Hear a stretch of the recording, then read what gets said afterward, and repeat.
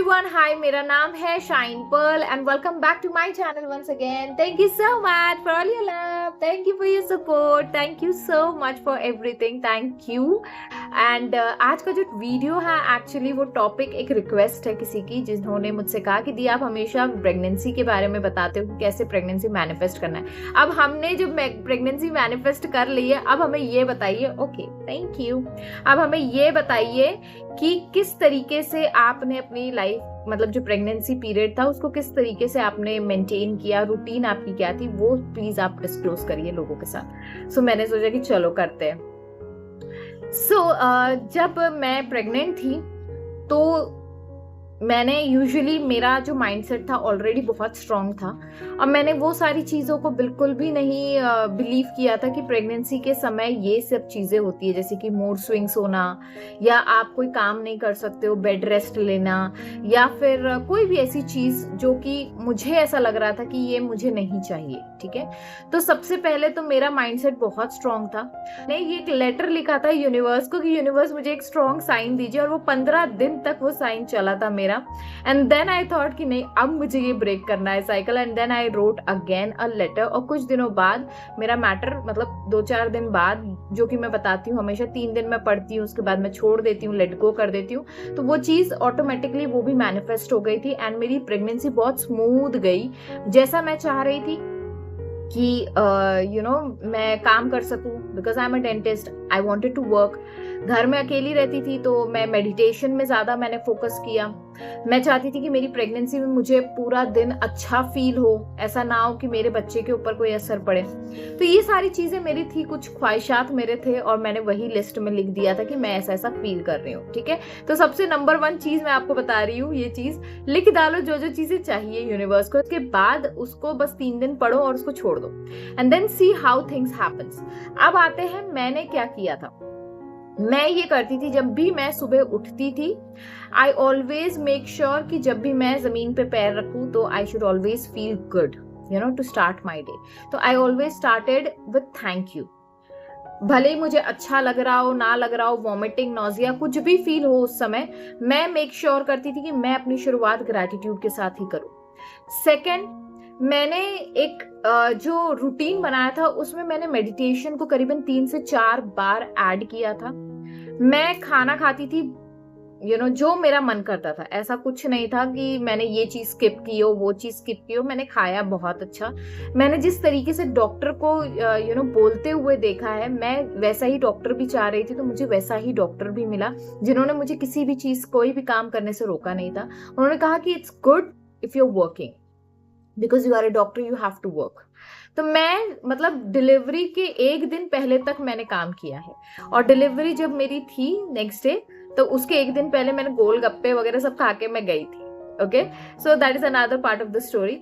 But मैं रात में क्या करती थी, 3 से 4 बार जब भी मुझे बुरा फील होता था, I use to do meditation. I use to sit with that thought, और मैं मेडिटेट करती थी। और फिर मैं ये करती थी कि जैसे कि क्लिनिक जाना है, क्लिनिक से जब मैं वापस आ जाती थी, खाना वगैरह खाना जो भी मेरे पसंद का होता था वो मैं खाती थी। मैंने अपने आप को कहीं पे भी रेस्ट्रिक्ट नहीं किया था, क्योंकि मैंने वो सारे माइंडसेट, वो सारे एक्सपीरियंसेस बाय नहीं किए थे जो लोगों ने मुझे बताए थे, अरे ऐसा होता है, वैसा होता है। बिकॉज मैंने एक दिमाग में बिठा लिया था कि सबकी प्रेगनेंसी अलग होती है, और जैसी मैं चाह रही हूँ मुझे वैसी ही मिलेगी। सो ऐसा हुआ। फिर मैंने अच्छी अच्छी किताबें पढ़ना शुरू कर दिया। जब मैं किताबें नहीं पढ़ पाती थी तो मैं ऑडियो बुक्स सुनती थी। ऑडियो बुक्स है, या फिर जब मैं पानी या कुछ भी ऐसा पीती थी, तब भी मैं कुछ ना कुछ एफर्म करते हुए कि my baby is healthy, I am healthy, I am happy, my baby is happy. तो इस तरीके से एफर्मेशन करते हुए मैं पानी भी पीती थी। एंड देन मुझे जहाँ तक याद है, क्योंकि अब हो गया यार, 1-1.5 साल हो गया है ना, तो मुझे जहां तक याद है मैंने ये सारी चीजें की। और मैं रात में, मोस्टली जब मैं रात में सोने जाती थी, तो मैं ग्रीन तारा मंत्र को ऑन कर देती थी, और ग्रीन तारा मंत्र सुनते सुनते मैं सो जाती थी। मैंने ये चीजें देखी कि ये सारी चीजें मैंने राया में जब वो हुई, इसका गुड पार्ट भी मैं बताना चाहूंगी आप लोगों को। आप इसमें और कुछ भी ऐड भी कर सकते हो, सब्ट्रैक्ट भी कर सकते हो, जो आपकी मर्जी है। तो मैंने एक चीज देखी कि जितना मैंने अपने आप को पॉजिटिव रखने की कोशिश की, उतना मेरा इम्पैक्ट राया के ऊपर ज्यादा आया, बिकॉज शी वो मतलब ऐसा हो गया था हॉस्पिटल में उसके साथ करीबन 8-10 बच्चे पैदा हुए होंगे and everybody was crying and Raya was never ever crying, ऐसा नहीं कि वो रोती नहीं थी, लेकिन थोड़ा बहुत रोते बस भूख लगने पर, अदरवाइज वो रोती ही नहीं थी। वो रात में बराबर सोती थी। मैं रात में हमेशा जब राया हुई भी थी तब भी मैं ग्रीन तारा मंत्र लगा के मैं राया को सुला देती थी, और जब जब वो मंत्र सुनती थी तब तब उसको नींद आती थी। दैट वाज माय, बच्चा जब छोटा होता है एक दिन का 2 दिन का, तो वो उसको सोता रहता है। वो बहुत सारे बच्चे बहुत इरिटेट कर देते माँ बाप को बहुत ज्यादा, बिकॉज ये कहीं ना कहीं हमारे अंदर का इमोशनल चीज होती है जो बच्चे तक पहुंचती है। ये चीजें मैंने की थी। और हाँ, एक और चीज मैं आप लोगों को बताना चाहूंगी। सोनोग्राफी के समय मुझे बहुत डर लगता था, तो जब जब मुझे डर लगा है, जब जब मेरे दिमाग में कोई ना कोई नेगेटिव थॉट चला है, कोई भी एक मंत्र, जो भी लॉर्ड को आप मानते हो उनका एक मंत्र आप पकड़ लो और उस मंत्र का जाप करना उस समय।